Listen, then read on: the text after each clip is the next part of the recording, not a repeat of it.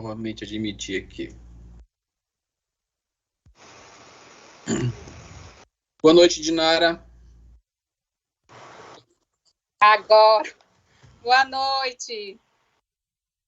Tudo bem? Deixa eu apresentar aqui a Dinara. Dinara, ela é hoje DPO, né? Oi, tá ouvindo? Tá. Quero saber se Oi. você está me ouvindo. Vocês estão me ouvindo? Sim, estamos sim. ouvindo. Legal, pronto. Era a internet aqui, tá horrível. Mas bora lá. Desculpa o atraso. Tudo bem. Bom, só para fazer uma apresentação aqui rápida da Dinara, eu falei para você já sobre o papel dela. Né? A Dinara, ela é hoje DPO, né? Como encarregada de dados aí dentro da Unimed Oeste do Pará, né? O processo que nós iniciamos lá de proteção de dados da Unimed e que ao final, né? Desde o início do processo, a Unimed ela tem que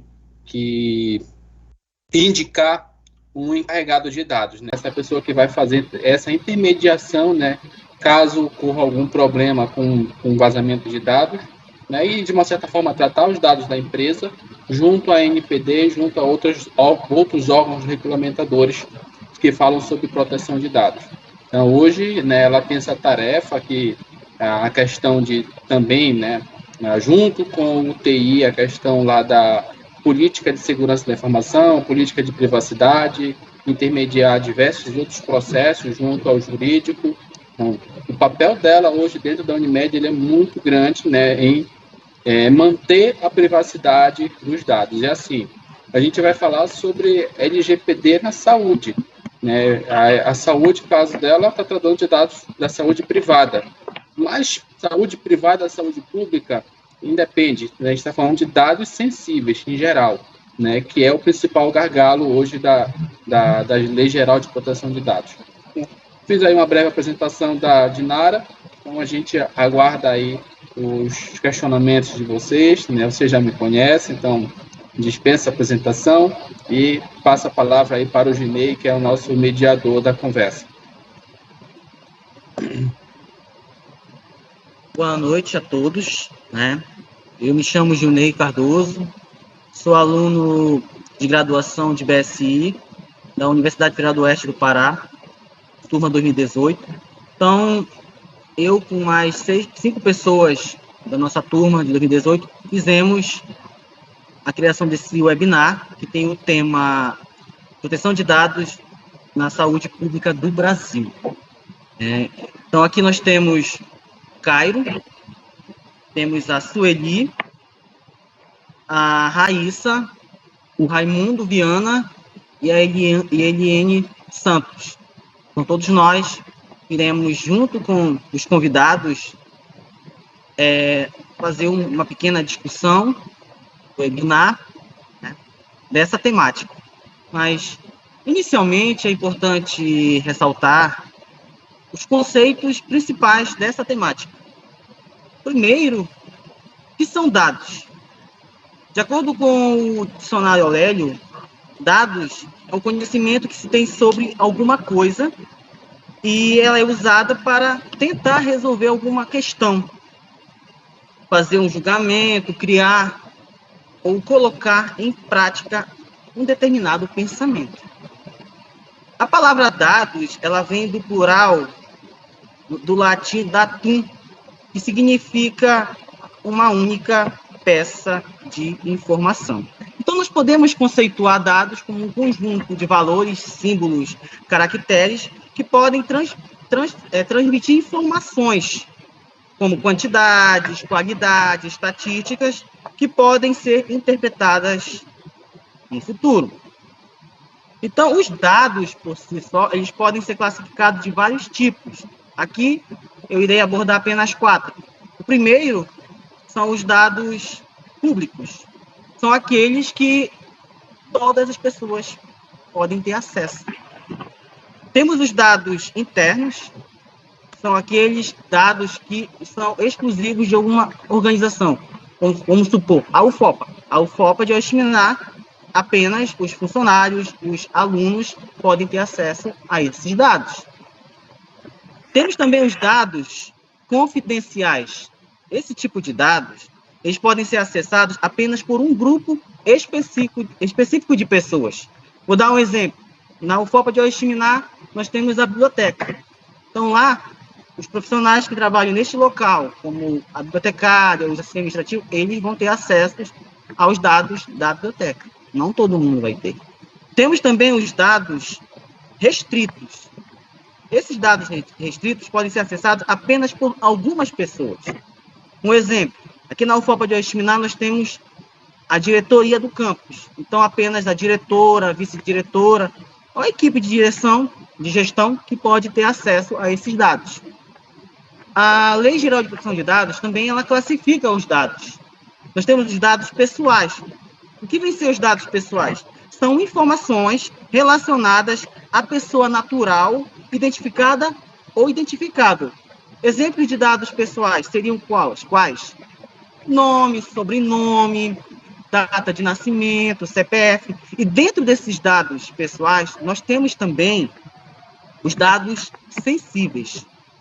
Esses dados sensíveis, nós temos que tomar cuidado quando trabalhar com eles, pois para trabalharmos com eles, nós temos que pedir autorização das pessoas envolvidas nesses dados, pois senão nós poderemos ser processados futuramente. Exemplos de dados sensíveis, dados relacionados à saúde. Por exemplo, nós fomos consultados numa UBS, um posto de saúde, lá estarão nossos dados. Então, eles não podem ser expostos assim, completamente. Não, tem que ser feito estudo, tem que ser feito proteção, tem que ser feito autorização desses dados para serem divulgados.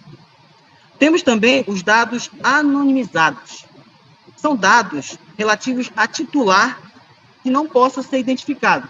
Por exemplo, a gente vê muito esses dados em resultados de concurso público, em processo seletivo da universidade. O CPF, por exemplo, ele não é divulgado completamente. Apenas alguns números do CPF, geralmente são os números do meio. O início e o final do CPF não é divulgado. Bem, falando sobre dados, é importante ressaltar que nós vivemos hoje na era digital, na indústria chamada indústria 4.0, uma indústria no qual as tecnologias estão aí. As principais, como blockchain, como inteligência artificial, internet das coisas, elas estão inseridas. E isso faz com que produza-se muitos dados. Nós vivemos na era de grande quantidade de dados. De acordo com a Cooperação Internacional de Dados, e um estudo juntamente com a Fortbit, que é uma empresa de tecnologia, eles estimaram que em 2025 a produção de dados anualmente vai ser na casa de 175 zettabytes. Ou seja, transformando isso para números, seriam 175 sextilhões de dados. Um zettabyte é 1024 oxabytes. Né? Muitos dados. Então, aí fica aquela pergunta: como cuidar desses dados? E a proteção desses dados? E a nossa privacidade, que é importante. Hoje nós vivemos numa era onde é comum ser violados os nossos e-mails, as redes sociais, clonarem cartão de crédito. E como é que fica a nossa privacidade? Então, a privacidade, um outro conceito importante dessa webinar, que vem ser ela? De acordo com o dicionário, é a qualidade do que é privado, do que diz respeito a alguém em particular. De acordo com a Constituição Federal, o artigo 5º, inciso 10, ele fala o seguinte: são invioláveis a intimidade, a vida privada, a honra e a imagem das pessoas. Fica assegurado o direito à indenização por danos morais ou materiais, caso a pessoa se sinta prejudicada. Aí, falando-se em privacidade, a primeira vez que se falou na literatura, segundo a pesquisa que eu fiz, foi no ano de 1890. Dois advogados americanos publicaram um livro chamado O Direito à Privacidade. Nele havia a argumentação de que o direito de ser deixado em paz. Antigamente, era esse pensamento. A privacidade estava ligado ao de não ser perturbado. A pessoa tinha o direito de ficar quieta no seu canto. Hoje, privacidade tem que ser outra coisa. Então, esse assunto sobre questão de não ser perturbado, questão de se preocupar com a proteção de dados, principalmente pessoais, começou a ganhar força depois da Segunda Guerra Mundial na Europa, exatamente no ano de 1948. A Europa estava toda destroçada pela guerra, os países não se confiavam entre si, havia desconfiança entre ambos, então começou a surgir essa preocupação nas famílias em relação à proteção de dados, né? Essa preocupação foi aumentando depois com o desenvolvimento da tecnologia, principalmente o surgimento do computador pessoal, né? As empresas, as famílias começaram a usar o PC, né? E com isso surgiu esse problema. Como essas máquinas irão manipular os nossos dados? Ficou esse medo, né? E aí, no ano de 1980, foi criada a Convenção de Conselho da Europa, voltada para o processamento automático dos dados pessoais. Vale ressaltar que, em 1979, em alguns países da União Europeia, exatamente em 7 países membros, eles já tinham criado as leis gerais de proteção de dados. Podemos destacar a Áustria, a Dinamarca, França, República Federal da Alemanha, que antigamente não era unificada, Luxemburgo, Noruega e Suécia. Podemos dizer também que o marco assim, principal da proteção de dados na Europa foi no ano de 1995, com a criação da Diretiva 95/46. Ela possibilitou que os países membros da União Europeia pudessem criar leis de acordo com as necessidades dos seus cidadãos. E isso foi um marco, por quê? Porque a União Europeia começou a forçar outros países que não faziam parte dela a criar leis voltadas para a proteção de dados. Se não fizesse isso, eles não comercializavam com outros países. A primeira influência que foi registrada foi no ano de 2000, onde a Austrália, forçada, ela criou a lei de alteração da privacidade, virtude que ela queria fazer negócio com a Europa, então ela teve que se adequar. Um outro marco foi também em 2000, e os Estados Unidos queria fazer comércio com a Europa, e aí foi criado o acordo Safe Harbor. Esse acordo dizia o seguinte, que os Estados Unidos teria que também criar leis voltadas para a proteção de dados, já que ia ser feita comercialização tanto de produtos e serviços, e se tivesse nessas comercializações dados pessoais de cidadão europeu, os Estados Unidos teria que se adequar a isso. Então, essas evoluções mostram que, com o passar do tempo, praticamente os países tiveram que se aderir a essas leis, em virtude do comércio. Mas o fato mais importante foi em 2016, exatamente em abril de 2016, que foi criado o GDPR, traduzindo para o português seria o Regulamento Geral sobre Proteção de Dados. Em toda a União Europeia, todos os países membros adotaram esse regulamento, sendo que esse regulamento foi como se fosse a lei maior. Todos os países deveriam aderir a ele na União Europeia, e os outros países que quisessem fazer comércio com os países da União Europeia teriam que criar leis similares ao GDPR. Então, baseado nesses pressupostos, eu queria fazer uma pergunta para o nosso professor Cleiton. Até que ponto vai a liberdade de expressão?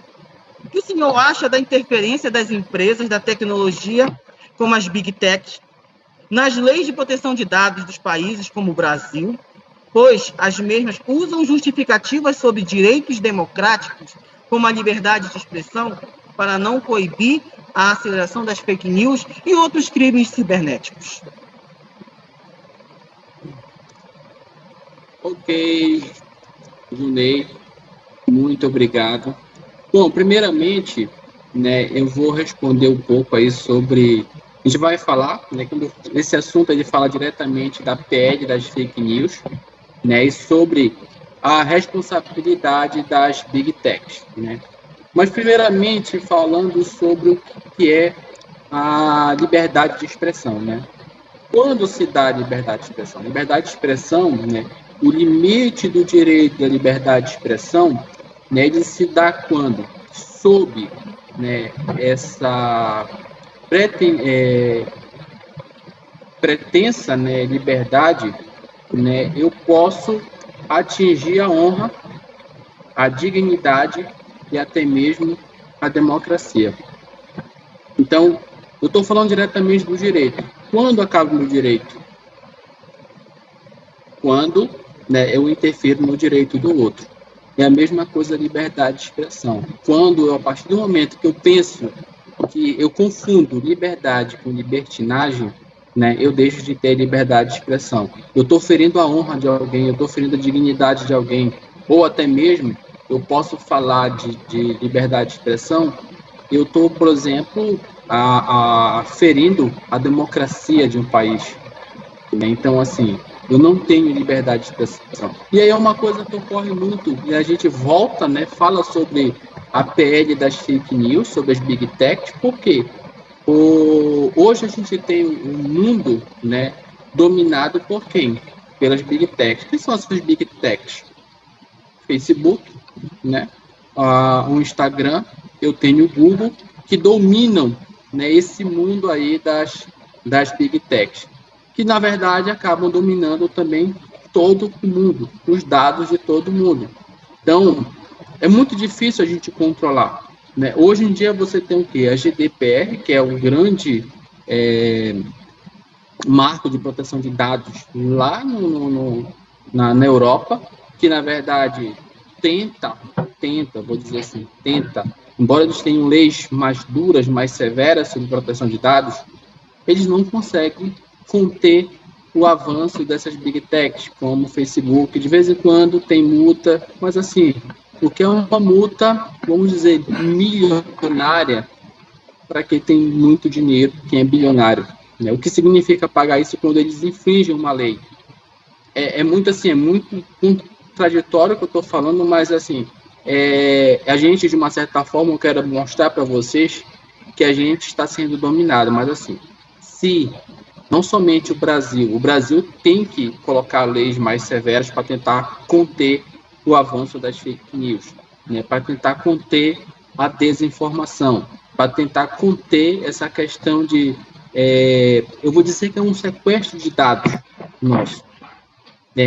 Inclusive, assim, dizer que é um sequestro de dados legítimo, porque de uma certa forma a gente acaba dando consentimento para eles quando você vai lá e clica dizendo que eles têm um poder sobre os nossos dados. Vocês estão conseguindo entender o que eu estou falando? Sim. Estou conseguindo responder o que vocês estão perguntando, o que é a PL das fake news? O que eles... qual a preocupação hoje das grandes empresas de tecnologia com a PL da fake news? Né? Aí você tem o quê? Existia uma urgência, né, de aprovar a PL da fake news, né, só que gerou um descontentamento das grandes players das mídias sociais, né, que é o que eles fizeram. Recentemente, né, eles se manifestaram pedindo o adiamento da votação na Câmara, isso estou falando de um contexto aqui do Brasil, solicitando a criação de uma comissão especial sobre o assunto, né? E o que essas empresas fizeram? Elas alegam possíveis consequências negativas decorrentes da aprovação apressada do projeto, que estava muito apressado o projeto à época, para que pudesse aprovar a PL das fake news, com suposta restrição dessa liberdade de expressão, porque eles dizem assim, aprovando a PL das fake news, a gente vai ter restrição da liberdade de expressão. a gente vai ter um controle estatal de conteúdo. Falaram assim, o Brasil vai se tornar uma China, vai se tornar um país, vamos dizer assim, que tem um controle sobre tudo aquilo que a gente utiliza, né? E o vigilantismo, ou seja, a gente seria vigiado a todo tempo. Mas aí, qual as mudanças na fake news? As principais mudanças, né, nessa pele da fake news, ela visava o quê? Garantir que não haja violação da liberdade de expressão, focando onde? Na desinformação, ou seja, nessa disseminação intencional de informações falsas ou distorcidas com o objetivo de quê? De causar os danos ou obter vantagem, né? Além disso, o projeto previa o que? A rastreabilidade de mensagens em aplicativo de conversa, como o WhatsApp, né? Que em casos específicos, mediante a ordem judicial, respeitando a privacidade dos usuários. Então, era tudo isso que falava sobre a PL das fake news. Mas aí vem, né, respondendo outra pergunta, sobre a transparência e responsabilização das Big Techs. Então, essa PL, né, o projeto de lei, né, ele estabelecia normas, né, relativas a essa transparência de redes sociais e de serviços de mensagens privadas, né, principalmente no que diz respeito à responsabilidade dos provedores pelo combate à desinformação e pelo aumento da transparência na internet. Então, a lei, ela busca, né, vou dizer buscava não, ela busca ainda, porque ainda não foi aprovada, a transparência em relação aos conteúdos patrocinados e a atuação do poder público no combate às notícias falsas. Então, com isso, as grandes empresas de tecnologia, ou seja, as chamadas Big Techs, passam a ter maior responsabilidade em identificar, reportar e remover os conteúdos falsos, além de colaborar com as autoridades e promover ações de conscientização e educação sobre o tema. Então, assim, o que as Big Techs elas pensavam? Isso daí é uma coisa que deveria ser um trabalho do governo e não das empresas, né, em fazer todo esse controle. Então, assim, o governo federal pensou em criar um ministério só para cuidar disso. A pessoa até falou, Ministério da Verdade, né? Mas não é. Pensaram também em colocar a Anatel, e o pessoal pensou, mas a Anatel, será que vai dar conta? Porque a Anatel não consegue hoje controlar, por exemplo, os spams que nós recebemos via mensagens de celular. Como é que vai controlar isso tudo, que é algo muito mais amplo? Então, ficou nisso daí. Então, é um puxa, encolhe, que acabou, na verdade, não indo para nenhum lado, e a gente, quem perde com isso somos nós. Posso dizer assim.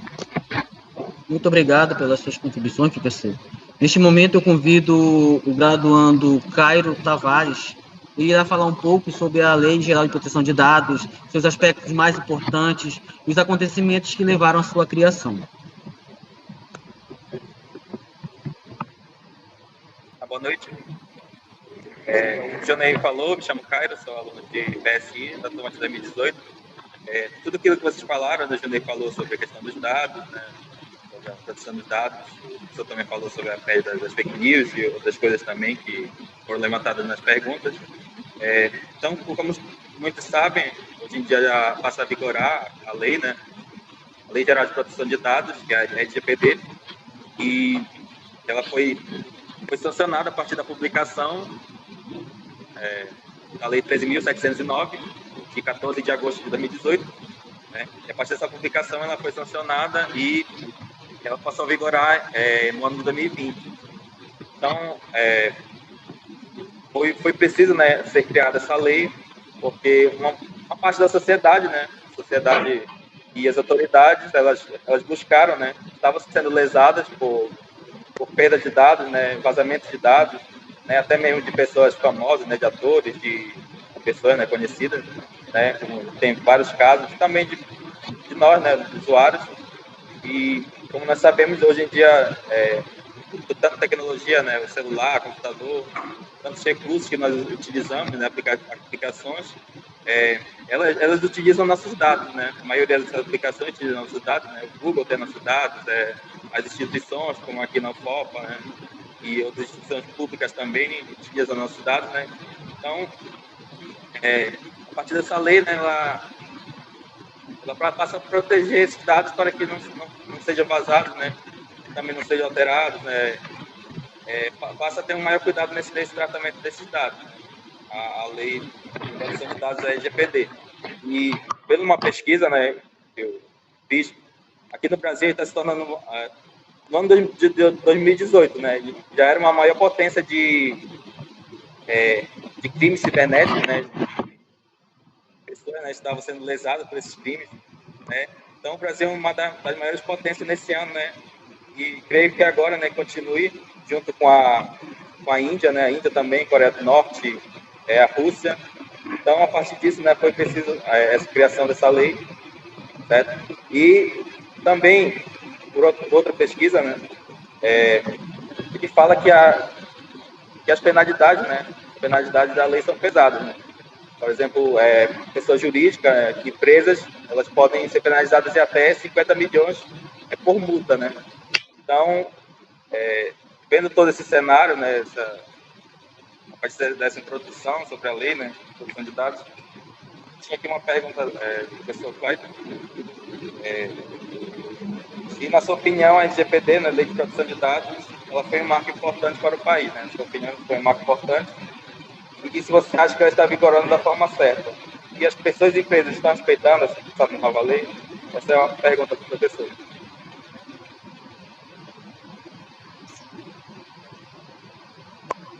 Bom, cara, eu posso dizer, por experiência de quem trabalhou com a LGPD, com a implementação da LGPD em Santarém, né, a colega Dinara, que hoje está como DPO da Unimed, entende a dificuldade também da implementação da Lei Geral de Proteção de Dados, da aderência das empresas à Lei Geral de Proteção de Dados.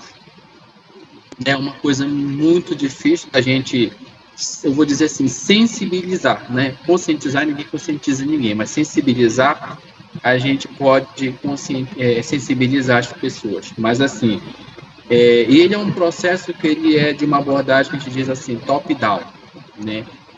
Primeiramente, o que você tem que fazer é sensibilizar a alta direção de uma determinada empresa e mostrar o porquê que a LGPD ela tem que ser implementada. Mas, assim, se a alta direção não tomar conhecimento daquilo que é a LGPD, do que é o vazamento de dados, do que aquilo pode prejudicar a empresa, né? Eu sempre digo também outra coisa, a gente parte também de outro problema.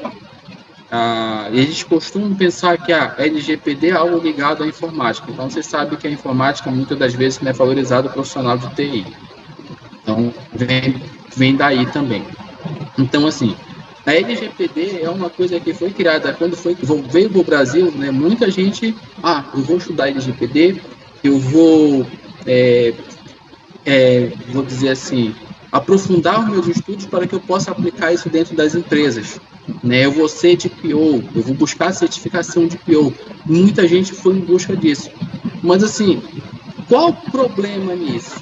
A gente vê hoje que menos de 10% das empresas no Brasil, elas estão ainda adequadas à LGPD. Onde é que está o problema? O problema ele está onde? Ele está em falta de profissionais capacitados? Não.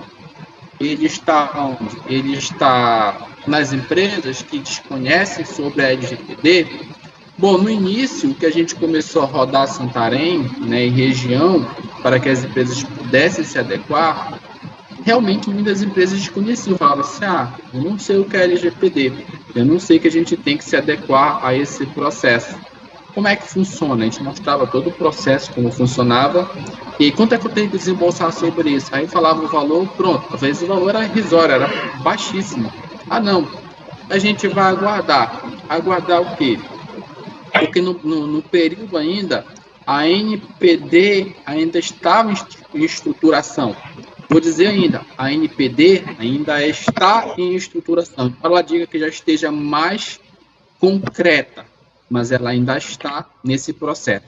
Muitas das coisas ainda que a LGPD, a ANPD, que é a Agência Nacional de Proteção de Dados, ela preconiza e ainda não estão bem formuladas. Ou seja, até agora não se sabe no Brasil sobre a aplicação de uma sequer multa a uma empresa. Então, assim, as empresas estão esperando por isso. Houver um vazamento de dados, muito vazamento de dados no Brasil. Você vai no site da NPD, tem muitos vazamentos de dados que foram reportados. Mas até o momento, o primeiro que é sanção administrativa, a primeira penalidade, a segunda, sanção administrativa. E aí a terceira seria o quê? Multa. Mas até agora a gente está num processo de, vamos dizer assim, educacional, né?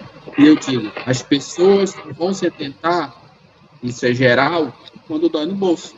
Então, quando doer no bolso, aí você vai ver uma corrida de empresas para que possam se adequar à Lei Geral de Proteção de Dados. Então, posso dizer que a LGPD no Brasil, ela está caminhando a passos bem lentos, de jabuti ou tartaruga, sei lá o quê, né? E acho que até a Dinara ela pode contribuir com isso daí, porque ela passa por isso, ela sabe que hoje, acho que dentro de Santarém, eu conheço poucas empresas que estão adequadas. Uma delas é a Unimed, né? Não sei se outras buscaram empresas, tipo grandes empresas como a Unimed, buscaram outras empresas de fora, né? Mas assim, Santarém tem poucas empresas que fazem esse processo de consultoria em adequação à LGPD, mas o problema não é que tenha poucas empresas, o problema é que as empresas de Santarém ou região, né, e eu posso dizer assim, isso aí não é só Santarém região, é o Brasil todo, né, que não está buscando se adequar, embora a lei já venha lá desde 2018. Dinara, você pode contribuir um pouco? Posso sim. Vocês estão me ouvindo? Sim. Tá, então olha só, eu queria só fazer uma contribuição na fala do professor Cleiton, o que concerne essa estruturação da Autoridade Nacional de Proteção de Dados.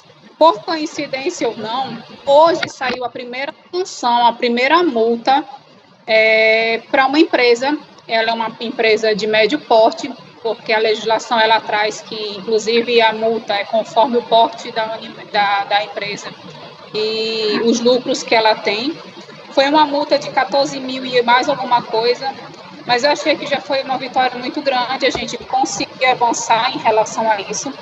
Eu ia falar, numa das minhas respostas, que a legislação está avançando no que diz respeito à fiscalização, porque, como o professor Cleiton disse, a gente ouve muito os gestores, empresários, falarem, eu vou aguardar, então, eu ser notificado, eu vou aguardar, então, começar as fiscalizações. O caso recente foi a questão das farmácias, em que elas estavam usando os dados dos seus clientes para divulgarem promoções, enfim, era alguma coisa relacionada a produtos da farmácia, e aí chegou na Autoridade Nacional de Proteção de Dados e elas serão o primeiro ramo, né, a passarem por fiscalização. A gente ainda não sabe quando isso vai acontecer, mas que já está previsto para acontecer nos próximos meses.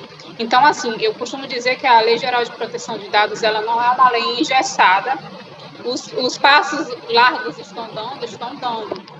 Os frutos estão começando a surgir.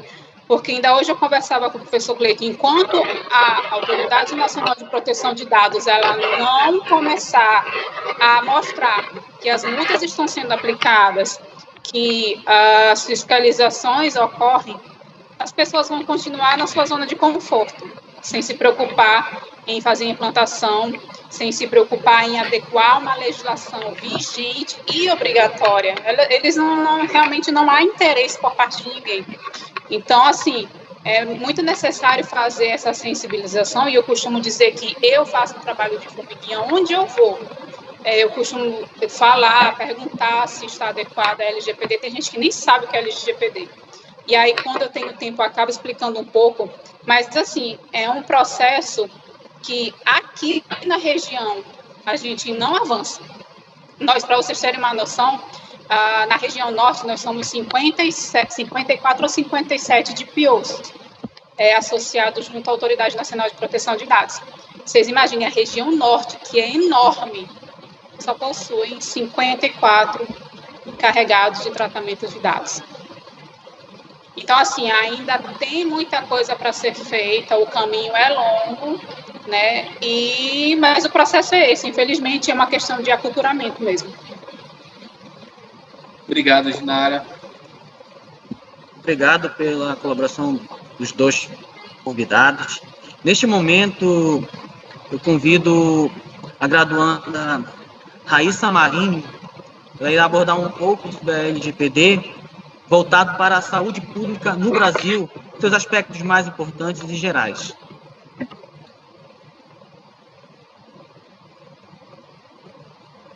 Boa noite. Me chamo Raíssa, sou docente do curso de Sistema de Informação. Então, agora vou abordar um pouco sobre alguns tópicos que são considerados importantes dentro desse tema, que é as relações, os impactos, mudanças, as vantagens e as desvantagens.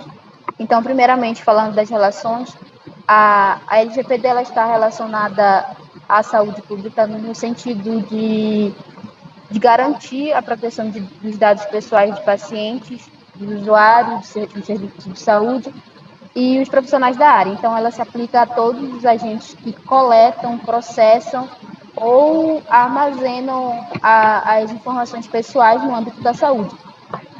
O tratamento de dados sensíveis, ele ocupa um papel essencial no desempenho das atividades do setor, desde o momento inicial até os processos mais complexos. Então, é preciso ter muita cautela no tratamento de dados pessoais da saúde, seja pública ou privada. Bom, nos impactos entre todos os setores que aplicam a LGPD, a saúde é uma das que mais são impactadas. Então, eu vou citar cinco impactos, que são os maiores, né, que é a coleta e o armazenamento de dados dos pacientes em sistemas autorizados, e se refere à forma como a coleta e o armazenamento de dados serão empregados. A lei ela passa a exigir o consentimento do cidadão titular das informações para que os seus dados possam ser utilizados. Então, o cidadão ele tem uma maior autonomia, né, nas decisões que envolvem suas próprias informações. Então, ele pode revogar o consentimento do uso de dados e decidir se outras pessoas, empresas, poderão ter acesso a eles. Outro impacto é o aumento da segurança, principalmente quando se fala do manuseio de dados de crianças e adolescentes, que se torna tem uma atenção ainda mais especial devido à sua maior fragilidade. Então, a lei ela impõe que o tratamento de dados pessoais de crianças deverá ser realizado sempre com consentimento específico de um dos pais ou responsável legal. Então, ela reforça que as empresas, os profissionais e todos que se relacionam com essas atividades de tratamento de dados, como os fornecedores de serviços de tecnologia, a necessidade de desenvolvimento de uma política de privacidade que privilegie os direitos fundamentais dos usuários.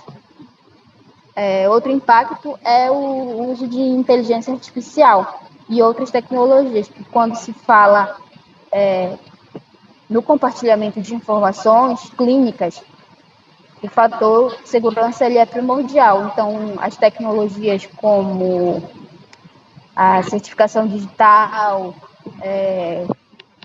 blockchain, elas podem ser ainda mais alavancadas nesse contexto, auxiliando as empresas e os profissionais do setor da saúde no importante processo de fazer essa otimização da segurança dentro dessas empresas. Outro impacto é a transparência no uso dos dados. A transparência, clínicas médicas, hospitais e outras instituições da área, elas deverão contatar os pacientes, os titulares dos dados que são armazenados, para comunicar dessa utilização e dos seus dados nos seus sistemas. E, por fim, o outro impacto é o uso de software habilitado, onde a norma ela impõe que a gestão da informação seja desenvolvida a partir de ambientes controlados, seguros, para que possam atender os parâmetros de proteção necessários ao atendimento dos objetivos dessa nova legislação. Além disso, também se destaca a importância das empresas do ramo implantarem as novas soluções e ferramentas para tratamento de dados, adotando algumas medidas, como, por exemplo, a criptografia, a certificação digital, software de monitoramento. E é importante que haja um investimento também na qualificação e treinamento dos recursos humanos para que eles possam atuar de maneira adequada, visto que muitas das violações à privacidade e à liberdade do paciente, elas ocorrem por falhas humanas. Já as mudanças, vou citar também 5,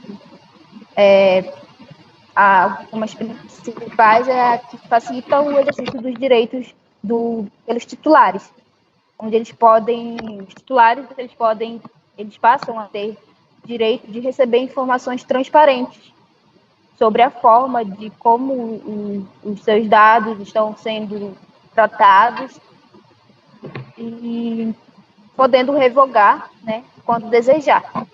E estabelece também a necessidade de nomeação de um DPO, que com a vigência da LGPD, as empresas elas passam a ter de nomear esse encarregado de dados, né, que é o encarregado da proteção de dados.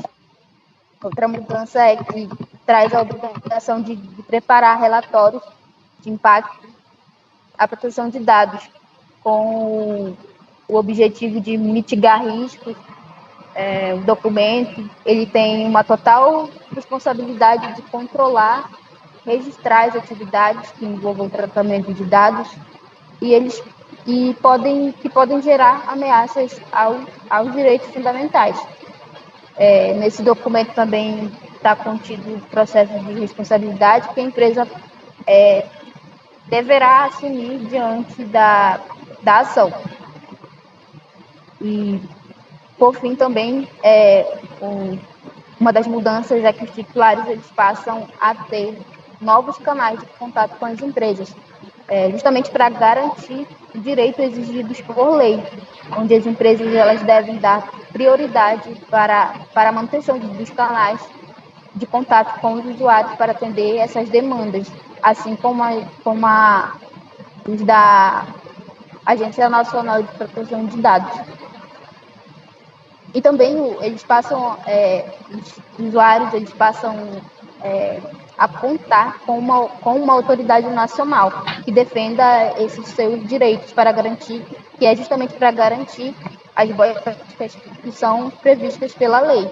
Então, o governo ele irá atuar junto com a autoridade nacional de proteção de dados para que seja um canal direto entre as empresas e os usuários, registrando as queixas, solicitando as informações, para que entendam de modo simples e transparente como as suas informações estão sendo utilizadas por essas instituições. Então, as vantagens que a LGPD traz, que são importantes para a saúde pública, é que ela fortalece a privacidade e a segurança dos dados dos pacientes, né? Com isso, os cidadãos eles poderão ter um maior controle sobre as suas informações e o que pode aumentar a confiança na utilização desses dados para fins de pesquisa, planejamento de políticas de saúde e as melhorias dos serviços prestados. A desvantagem é que podem incluir desafios adicionais para as instituições em termos da conformidade, de manter essa conformidade e a implementação dessas medidas de segurança. E poderá também haver uma necessidade de adaptação dos sistemas e os processos que eram utilizados para garantir a proteção adequada dos dados pessoais. E isso poderá gerar um custo e demandar recursos adicionais para essas instituições, sejam elas públicas ou privadas. Então, eu queria fazer uma pergunta para a nossa convidada, e no caso como a LGPD ela afeta o compartilhamento de dados entre instituições de saúde pública e outras entidades, como, por exemplo, uma empresa privada. Raíssa, pessoal, eu vou manter o meu áudio, meu vídeo desligado, porque a internet está bem ruim. Mas, olha só, na verdade, a gente ainda tem tempo, porque sinalizou aqui para mim que estava acabando a reunião. Exatamente, acabei de postar um novo link no chat. Acabei de postar um novo link no chat. Tá, vou sair e entrar de novo, então. Ok. Na verdade, a LGPD ela veio com essa imagem de vilã, e ela não é uma vilã. Diante de todo esse contexto, essa visão holística de vazamento de dados, que já ocorreu de forma massiva, que a gente já viu nos grandes noticiários, ela veio justamente, como um colega falou anteriormente, respaldar, guardar que esses dados pessoais, esses dados sensíveis, eles possam ser resguardados. Então, ela não afeta.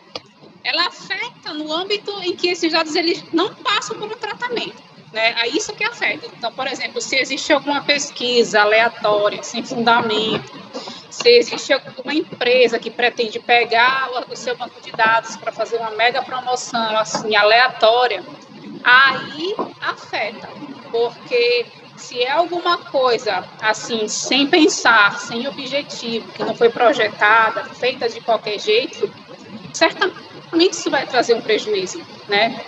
Então, olha só, existe um documento lá no site da ANPD, que ele é intitulado como Estudo Técnico, LGPD e o Tratamento de Dados Pessoais para Fins Acadêmicos e para a Realização de Estudos por Órgão de Pesquisa. Ele é um texto que ele recebeu a contribuição da sociedade até, se eu não me engano, junho do ano passado. Ele foi publicado em abril de 2022.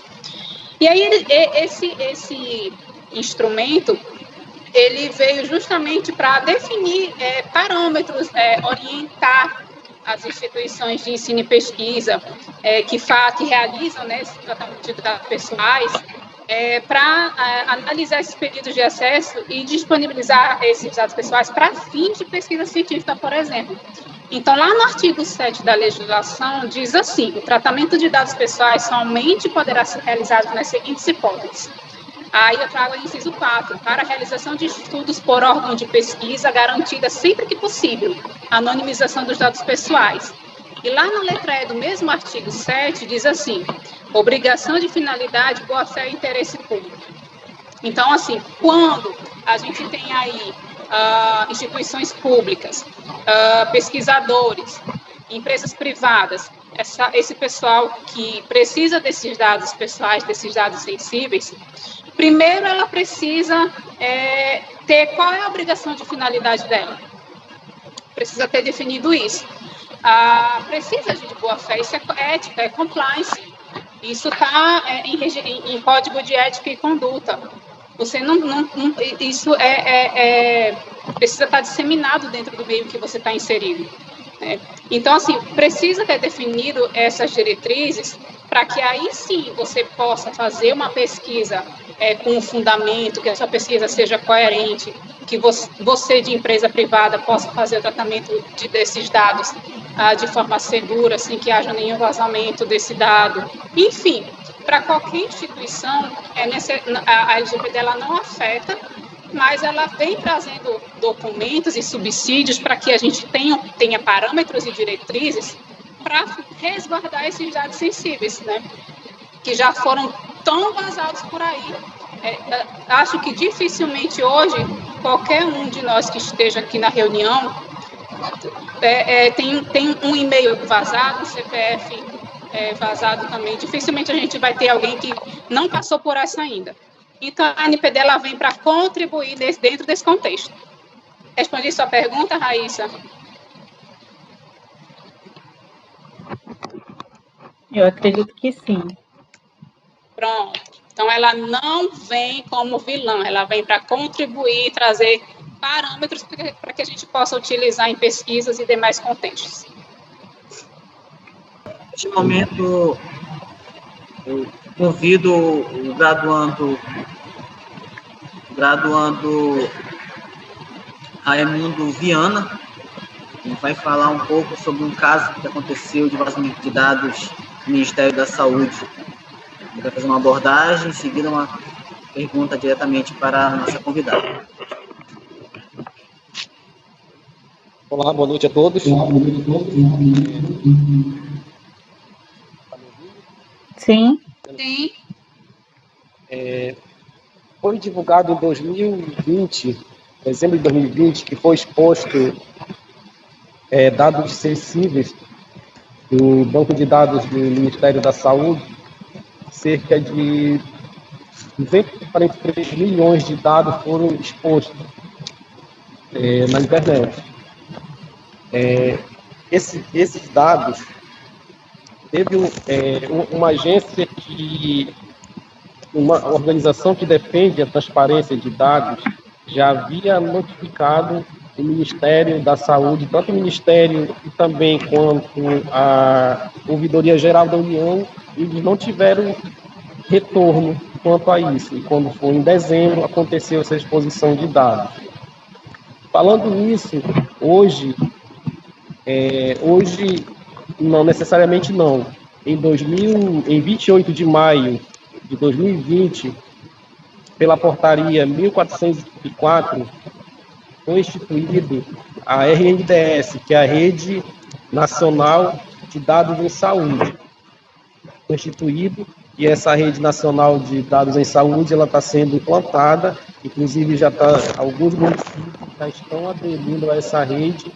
E como a nossa convidada citou, que parece que não estão dando muita importância à segurança de dados e está indo em passos largos, e já está acontecendo essa implantação dessa RNDS, está integrando vários sistemas, plataformas, aplicativos diferentes para se conectar a essa rede. A minha pergunta seria, qual o risco, já que vai ter tanto dados sensíveis tá pegando na rede e com pouca preocupação, tanto da parte do Ministério da Saúde quanto de outros órgãos? E que os municípios, tanto o município como o Estado, também, que medidas deveriam tomar quanto a isso? E queria que a senhora explanasse também um pouco sobre a RNDS, que ela é uma plataforma de interoperabilidade. O que seria essa interoperabilidade e qual é o risco também que essa interoperabilidade traz para esses dados em saúde? Raimundo, né? Isso. Raimundo e demais colegas. Primeiro é importante a gente ter um conceito sobre gestão de riscos. A gente não consegue ter um risco 100% desaparecer com ele. A gente não consegue. Se a gente tem um risco muito alto dele ocorrer, o máximo que a gente consegue fazer é mitigar ele, ou seja, diminuir a intercorrência dele. E isso a gente traz para a pergunta do Raimundo aqui em relação à RNDS e os riscos para nós, cidadãos. Então, o que acontece? Como qualquer risco, ele é inerente a ocorrer. Então, a Rede Nacional de Dados em Saúde, que é isso que significa a sigla RNDS, ela é uma plataforma do governo federal de troca de dados, né? É um programa do governo federal que é voltado aí para a transformação digital da saúde no Brasil, né?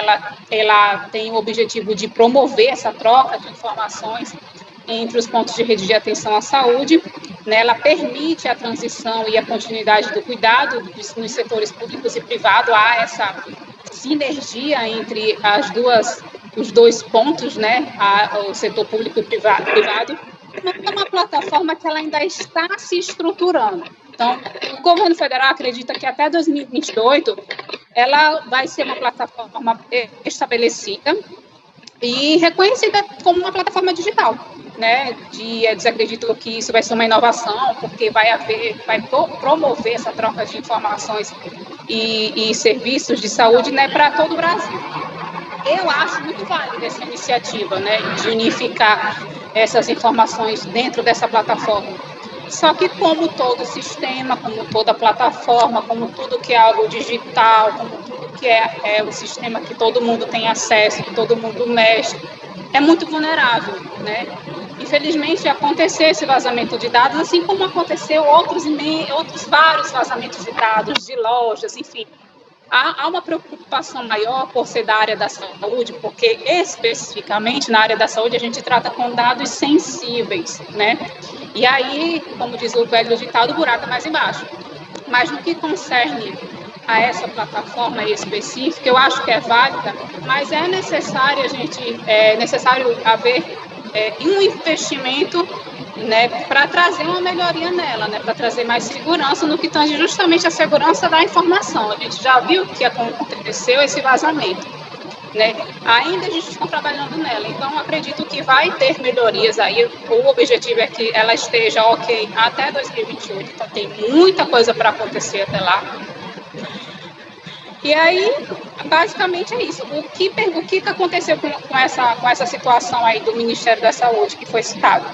O ataque de hackers. A gente vive num contexto em que tem gente que trabalha e respira e vive exclusivamente para entrar, roubar senhas, para entrar em sistema. Infelizmente, enquanto eu e vocês todos estamos trabalhando o dia inteiro, preocupados em pagar boletos e mais boletos, existe uma pessoa que senta na frente de um computador e se dedica somente a pegar esses dados, a entrar em sistemas, enfim. Então, assim, é um cenário muito frágil em qualquer âmbito. Então, assim, é necessário ter esse investimento. Houve, nesse caso aí da plataforma, houve corte orçamentário no antigo governo, infelizmente, o que não fez com que as melhorias não pudessem avançar, e isso também contribuiu para essa fragilidade dessa ferramenta. Né? Houve dificuldade na publicação das informações. Então, eu falo como cidadã que é cadastrada nessa plataforma. Na época pediram para a gente cadastrar por causa da questão se não tivesse a carteirinha em papel, né, mostrava o aplicativo mostrando se estava vacinado. E numa dessas ocasiões eu precisei mostrar, não tinha minha carteirinha, e me foi muito útil essa plataforma na época. Mas assim, como usuário, eu acredito que vai dar muito certo, mas que essas melhorias precisam ser revistas. É isso. Obrigado mais uma vez pela contribuição da senhora Danira. Bem, agora neste momento convido a graduanda Eliane Santos, que vai falar um pouco mais sobre outro caso de vazamento de dados que aconteceu no Brasil. Um caso que aconteceu também em 2020 foi sobre o vazamento de dados de 16 milhões de brasileiros que tiveram um diagnóstico suspeito ou confirmado de Covid. Esses dados eles ficaram expostos por quase um mês por causa do vazamento de senhas de sistemas do Ministério da Saúde. Essa exposição de dados ela não foi causada por um ataque hacker ou por uma falha no sistema de segurança do Ministério. Na verdade, um funcionário do Hospital Albert Einstein ele acabou compartilhando uma planilha com dados de usuários com senhas que davam acesso aos bancos de dados com informações de diagnóstico e internações por Covid nos 27 estados do país. Além dessas informações com nome e CPF, essas planilhas elas continuam o histórico clínico com informações, inclusive, sobre o prontuário das medicações que as pessoas tomavam quando estavam internadas. tanto pacientes da rede pública quanto da rede privada, elas tiveram seus dados expostos, porque é obrigatório que todos os hospitais eles informem os casos de Covid que estiveram no país, tanto da rede pública quanto privada. Então, o hospital, ele declarou que tinha acesso a essas informações, porque eles estavam trabalhando em um projeto junto ao Ministério da Saúde. Então, a minha pergunta dirigida à nossa convidada é se existem políticas de responsabilidade e prestação de contas para o vazamento de dados da saúde pública, já que o funcionário do hospital declarou que ele apenas foi desligado da empresa.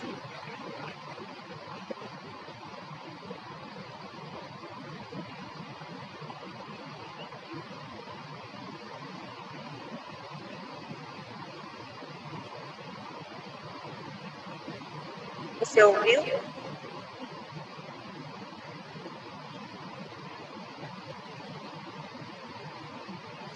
Estão ouvindo? Estamos sim. Acredito que o microfone dela está Oi. desligado. Eliene, eu não peguei o início do teu questionamento, mas eu tenho a tua pergunta aqui. Se faltar alguma informação, você me fala, tá? Ok. Então, olha só. Ai, meu Deus. Há políticas claras de responsabilidade e prestação de contas para os vazamentos de saúde pública?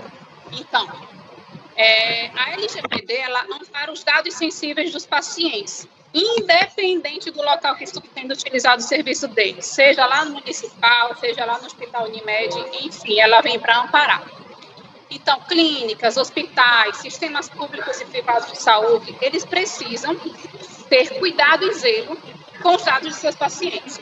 Bom, a conscientização ou a sensibilização com o manuseio dos dados, ela precisa ser repassada para todos os envolvidos. Como, por exemplo, lá quando o médico está fazendo o prontuário e a enfermeira tem acesso, os técnicos têm acesso às fichas, dados de sistema, todos os meios manuais ou tecnológicos que contenham dados sensíveis. Então, assim, todo mundo que faz parte desse contexto precisa ter a consciência de que existe uma legislação que trata esses dados sensíveis. Esse é o segundo ponto. E aí, é muito difícil eu mensurar como é que as instituições elas estão se adequando à LGPD no contexto documental mesmo, né? Eu fiz uma pesquisa rápida aqui, eu abri o site do Albert Einstein. E, por exemplo, a página que fala sobre a proteção de dados dele é super completa. Lá ele fala o que é LGPD, ele fala o que é controlador, ele fala o que é operador, ele fala quais são os direitos do hospital, quais são os direitos como cliente. É top, assim. Ou seja, foi uma empresa que se preocupou em aplicar a Lei Geral de Proteção de Dados. A gente sabe que lá dentro tem um encarregado de tratamento de dados e que os processos estão atentos à proteção dos dados sensíveis dos seus pacientes. Lá eu sei que é um hospital de referência. Eu não sei como é que estão os outros, porque a lei está aí. É obrigatória, mas ninguém vai sair pegando na mão de ninguém para estar implantando isso. Então, a gente espera que as pessoas tenham consciência de criar suas políticas, criar o seu acervo documental, fazer os seus mapas de processo, de riscos e compliance, e aí estruturar o que a LGPD traz para frente. Então, por exemplo, eu vou citar o exemplo real que eu tenho da Unimed Oeste do Pará. Hoje eu tenho compliance estruturado, eu tenho a LGPD terminando de ser implantada. Eu sei que o meu contexto de dados, ele é um contexto muito seguro. Eu tenho toda uma estrutura lá com o meu suporte de informação que me passa essa segurança e dentro do setor de TI faz a nossa gestão. Então, de tempo em tempo, eles evidenciam que está sendo controlada essa questão da LGPD, da segurança dos nossos dados, dos nossos sistemas. Então, assim, existe um contexto que eu hoje sei, eu vou te dizer, Eliene, lá no Unimed Oeste Pará, eu tenho a minha política de segurança da informação com acesso ao nosso site para todo mundo, se quiserem consultar, pode consultar. eu tenho disseminado a LGPD dentro da empresa, ou seja, todo mundo sabe que é LGPD, sabe que nós temos que fazer esse tratamento desses dados. Então, assim, é um contexto que está estruturado e eu te garanto que lá dentro está o que é LGPD. Eu já não posso falar o mesmo de outras empresas privadas, por exemplo, ou do setor público, mas a gente acredita que eles estejam se adequando a ela. Infelizmente, é uma resposta que a gente não dá 100% de certeza. Mas que os exemplos estão aí para serem seguidos, como o do Albert Einstein.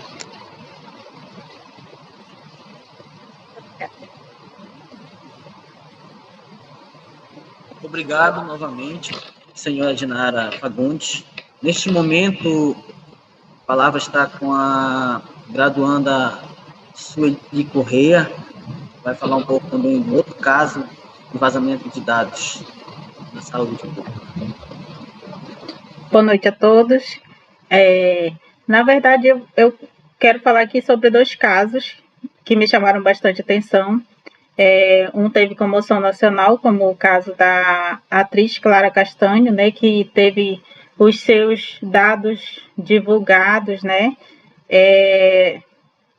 Ela teve uma gravidez fruto de um estupro e ela decidiu entregar o bebê para adoção. E esses dados todos foram vazados. Ela seguiu todos os protocolos, todos os passos que ela deveria seguir, né? Pelo Estatuto da Criança e do Adolescente, ela fez todos os processos, né? Seguiu direitinho na justiça. E ainda assim, quando ela teve o bebê, que ela poderia ter, por se tratar de um caso de estupro, ela poderia ter interrompido a gravidez, mas ela decidiu levar até o final e entregar o bebê para adoção. E na reportagem fala que durante o parto ainda uma enfermeira dizia que iria divulgar os dados dela para os colunistas por ela estar entregando a criança. Então, assim, foi uma violação dos artigos da Constituição, do Código Civil, do Código Penal, Código de Ética, Código de Defesa do Consumidor, além de resoluções dos conselhos profissionais, né? Todo profissional, como a nossa convidada já falou, ele tem o código de ética dentro da saúde, que ele não pode divulgar os dados das pessoas, dados sensíveis dos pacientes. Por isso que tem o código de ética, né? Senão já estaria bagunçado há muito tempo, digamos assim, né? Então, a LGPD ela vem para melhorar esse processo, né? Para dar penalidades a esse processo. E com relação às penalidades, tem um outro caso que também de uma grávida, que aconteceu em 2021. Ela passou por um aborto espontâneo e depois desse processo ela recebeu uma mensagem no WhatsApp dela, dias após perder o bebê, de um laboratório de criobiologia, oferecendo uma coleta de cordão umbilical que havia sido retirado. Mas ela não tinha passado nenhuma informação para nenhum laboratório, para nenhum dado, ela não tinha divulgado que ela estaria gestante, a não ser no hospital que foi diagnosticado, né, a gravidez dela, detectada a gravidez dela. E através desse dado foi repassadas as informações dela para uma outra empresa que entrou em contato com ela. Então, esse segundo caso, ele teve uma penalidade. Em 2022, ela recebeu uma indenização. O tribunal, a empresa justificou que não tinha recebido dados sensíveis, né, ou dados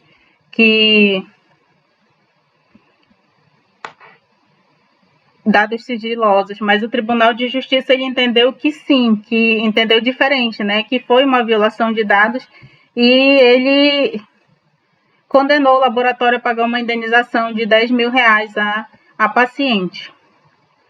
Então, assim, nesse caso, voltando para o lado dos pacientes, eu quero fazer uma pergunta para o professor Cleito. Em que momento o paciente ele pode identificar que ele teve os dados violados e o que ele deve fazer como ele deve proceder diante desses dados violados?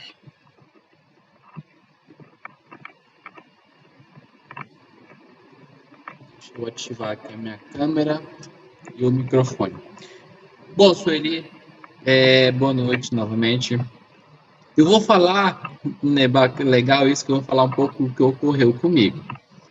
Né, eu faço uso de um medicamento controlado para pressão. Né, fiz o cadastro, não vou citar o nome da empresa, né, em uma farmácia, uma grande rede de farmácia do Brasil, né, para que eu pudesse ter desconto, porque ele é um remédio de uso contínuo. Né, até então, esse remédio só existia um fabricante que produzia esse remédio. Depois de quase um ano, recebo uma mensagem de texto no telefone de uma outra empresa que está fabricando o remédio a um preço que é 1/3 do valor do que eu comprava antes, em que eu não precisava fazer o cadastro como eu tinha o cadastro do outro.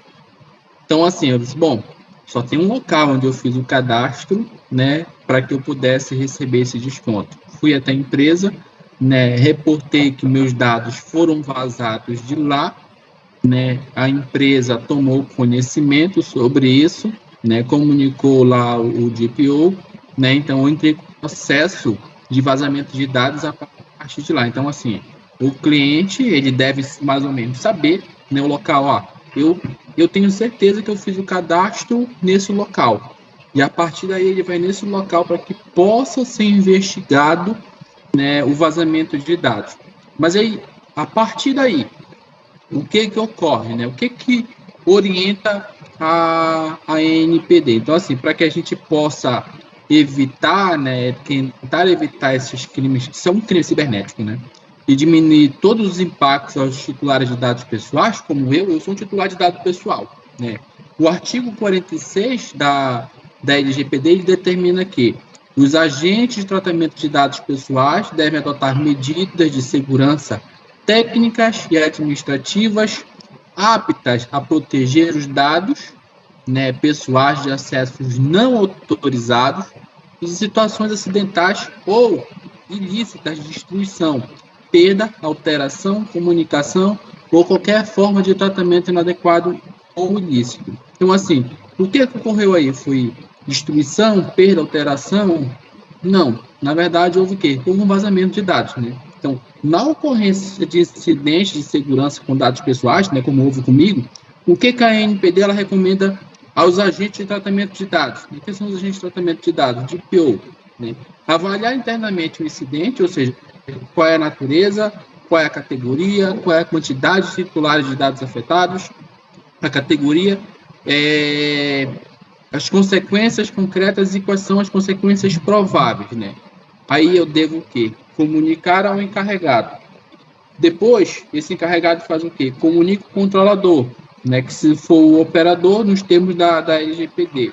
Né? Depois disso, ele faz o quê?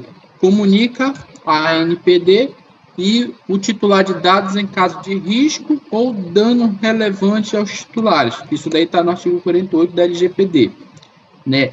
Depois disso, ele deve elaborar uma documentação, né, com avaliação interna do incidente, medidas tomadas e análise do risco, né, para fins de cumprimento do princípio da responsabilização e prestação de contas. Isso está onde?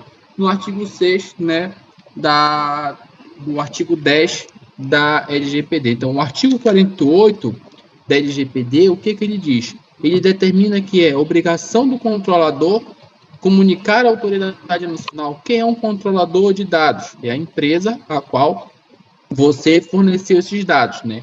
Comunicar à autoridade nacional de dados, né, a ANPD, e ao titular a ocorrência de incidente de segurança que possa acarretar risco ou dano relevante aos titulares. Então, a ANPD também, ela recomenda que, embora a responsabilidade e a obrigação pela comunicação sejam do controlador, caso excepcionalmente seja apresentado informações pelo operador, né, estes serão devidamente analisados pela ANPD. Então, ainda tem mais coisas ainda. Então, Porém, então, o que a NPD ela esclarece? Ela esclarece que os critérios mais objetivos serão objeto de futura regulamentação, né, e que, de toda forma, pode-se extrair da lei que a probabilidade de risco ou dano relevante para titulares será maior sempre que o incidente ele envolver dados pessoais sensíveis, ou seja, nesse caso aí eu estou falando de dados pessoais sensíveis, eu estou falando de um dado que reflete um problema de saúde meu, são dados sensíveis. Todos os dados de saúde, eles são sensíveis, né? O incidente envolver indivíduos em situação de vulnerabilidade, né, incluindo crianças e adolescentes, e tiver o potencial de ocasionar danos materiais ou morais, ou seja, tais como a descrição, a violação do direito à imagem, à reputação e fraudes financeiras e roubo de identidade. Então, ainda deve-se considerar também o quê? Qual foi o volume de dados envolvido, né? Nesse caso, pode ter sido apenas um dado envolvido, mas imagina que foi, de repente, os dados da empresa, a empresa sofreu um ataque ransomware, teve sequestro de dados. Ou seja, por exemplo, imagina uma empresa, citar aqui, um caso, Unimed, teve todos os dados dos seus pacientes que foram sequestrados, né? E então, assim, o volume de dados envolvido ele é muito grande, então eu tenho que considerar isso no caso de um incidente.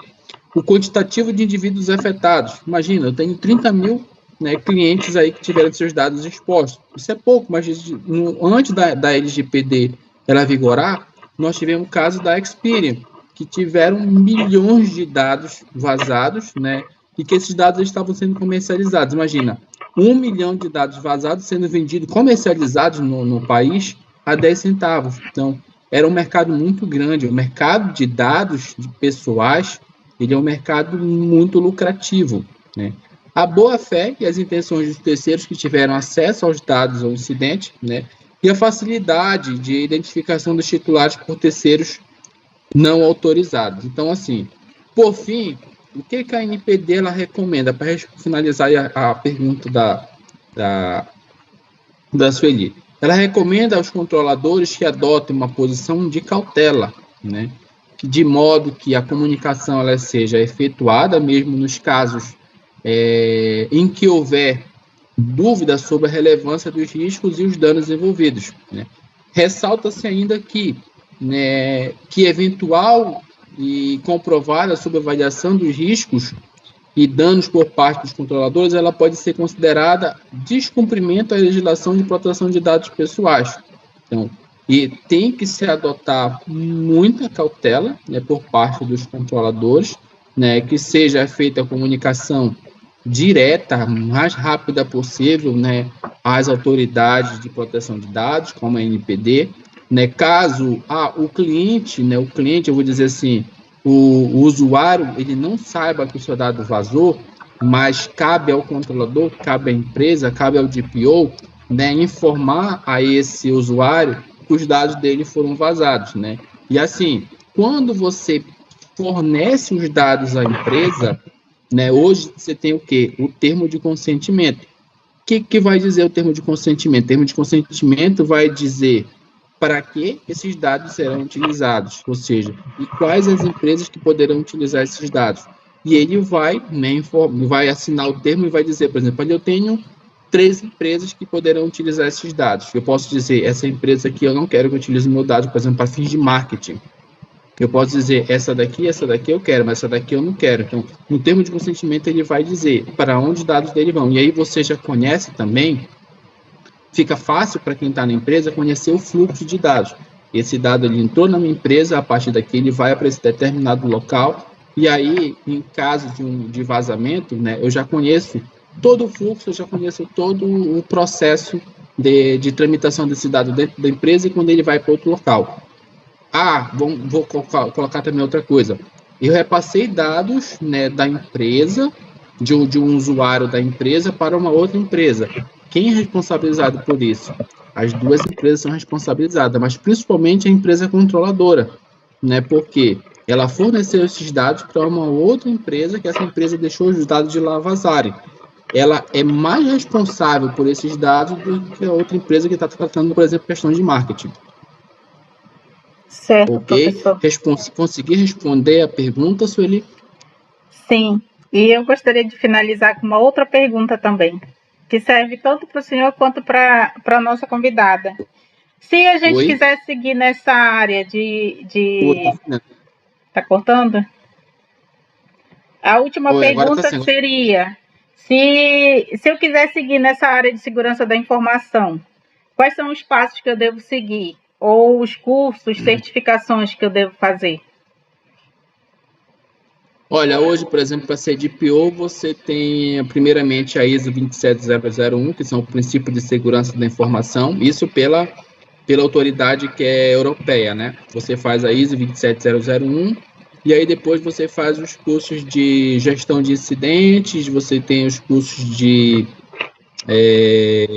proteção de dados, gestão de proteção de dados. Se eu não me engano, são 3 certificações para que você possa obter a certificação de PO. Mas a primeira, ela é a certificação de princípio de segurança da informação. Né? Você tem que conhecer. A Dinara, né, ela obteve pela FGV, se eu não me engano, acho que lá pela PUC do Paraná, ela obteve a certificação. Então, assim, hoje a Dinara, a formação dela, pelo que vocês viram, se eu não me engano, é letras, né? Mas a Dinara teve que estudar para conhecer, ela teve que... legislação, você tem um curso que é só sobre legislação, então você tem que aprender segurança da informação, você tem que aprender legislação, né? A legislação hoje brasileira, que fala a LGPD, você tem que aprender um pouco sobre a GDPR, que é a legislação europeia, porque os dados hoje eles tramitam, né, mundialmente. Então, você tem que conhecer todas as legislações para saber como, de repente, proceder em caso de vazamento de dados. Como é que a Europa trata os dados que você, de repente, poderia chegar até a NPD e dizer assim, a gente poderia trabalhar dessa forma. Então, você tem que conhecer a legislação europeia, a legislação brasileira, tem que conhecer sobre segurança e muitas outras coisas aí. Mas, assim, esse é o caminho. Primeiramente, conhecer sobre os aspectos básicos de segurança. Dinara, alguma contribuição nesse caso? Não, tranquilo, é isso mesmo. Eu venho da formação inicial de letras, fiz aí algumas especializações na área empresarial. Quando eu fui nomeada como encarregada de tratamento de dados, senti a necessidade de ir em busca de uma certificação. E ano passado, que foi quando eu tirei essa certificação, a gente ainda não tinha uma especialização, alguma coisa voltada, a gente começou a ter as instituições fornecendo cursos nesse âmbito de pós-graduação do final do ano para cá. Então, eu sou certificada hoje em LGPD pela PUC Rio Grande do Sul, mas será a pós-graduação em alguma coisa específica para DPO mesmo, como encarregado de tratamento de dados, será algo que eu vou ver para os próximos meses, porque certamente vai fazer a diferença no currículo. Muito bem. Só lembrando que hoje a maioria das empresas, elas estão buscando esse profissional, né, que é o DPO.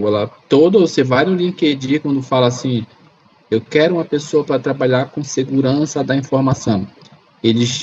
Qual o requisito mínimo? Que conheçam a LGPD, que conheçam a GDPR, né, que tenham conhecimento sobre proteção e tratamento de dados.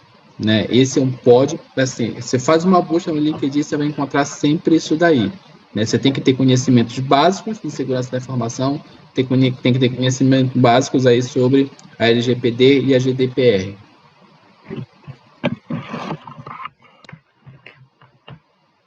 Muito obrigado pela contribuição dos 2 convidados. Nós estamos muito agradecidos por participarem conosco dessa webinar.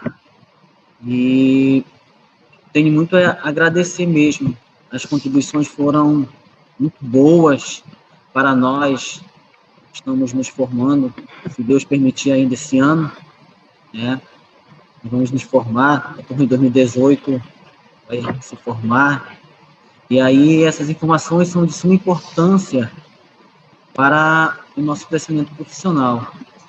Nós vivemos num mundo hoje que a segurança da informação ela é de suma importância para quem trabalha nessa área. Seria até posso dizer assim, uma vergonha se a gente não pelo menos se precaver, tentar usar a tecnologia a nosso favor, uma vez que tem muitos crimes que estão acontecendo, cibernéticos que estão acontecendo. Então, a gente tem a obrigação de tentar ajudar as pessoas, a população que não sabe, a população leiga em tecnologia, ela não sabe muitas vezes se proteger, né?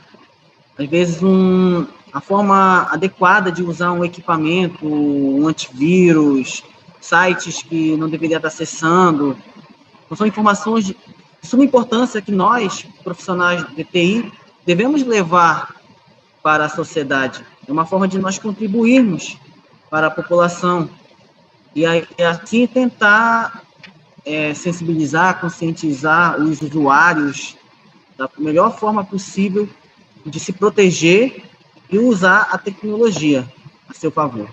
Muito obrigado, mais uma vez, pela contribuição dos dois convidados, dos meus colegas de aula, e espero, no futuro bem próximo, contar novamente com a participação de vocês em uma outra webinar, se vier a acontecer. Tá? Muito obrigado. Tá. Obrigada. Emissão para a palavra. Obrigada. Usar a palavra.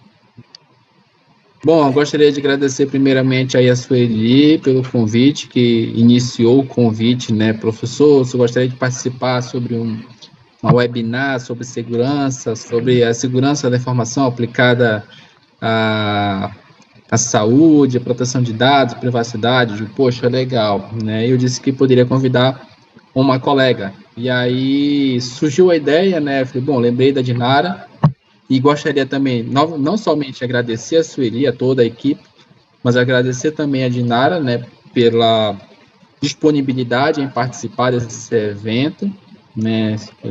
A Dinara, ela tem família, ela tem filho pequeno, e a gente sabe que a gente deve muito honrar, né, pessoas que se dispõem a participar de eventos como esse, eventos, nunca digo assim, acadêmicos, né? Eu fico muito grato pela participação dela, por aceitar o convite, por estar aqui conosco e realmente falar sobre um tema que ele é muito importante. Eu, aproveitando a fala aí do professor Cleiton, também gostaria de agradecer a vocês, estudantes do curso, ao convite do professor Cleiton. É muito legal a gente ser lembrado pelo trabalho que a gente faz. Não é fácil, né? Como eu falei para vocês aqui, eu falei para vocês um pouco do meu cotidiano, mas que a gente está sempre em busca de melhoria contínua. Gostaria de deixar os parabéns pela iniciativa do título do assunto da webinar. É muito válido a gente sempre trazer, e como eu disse, a nossa região é muito carente dessa informação específica, e vocês estão fazendo um serviço também para a sociedade.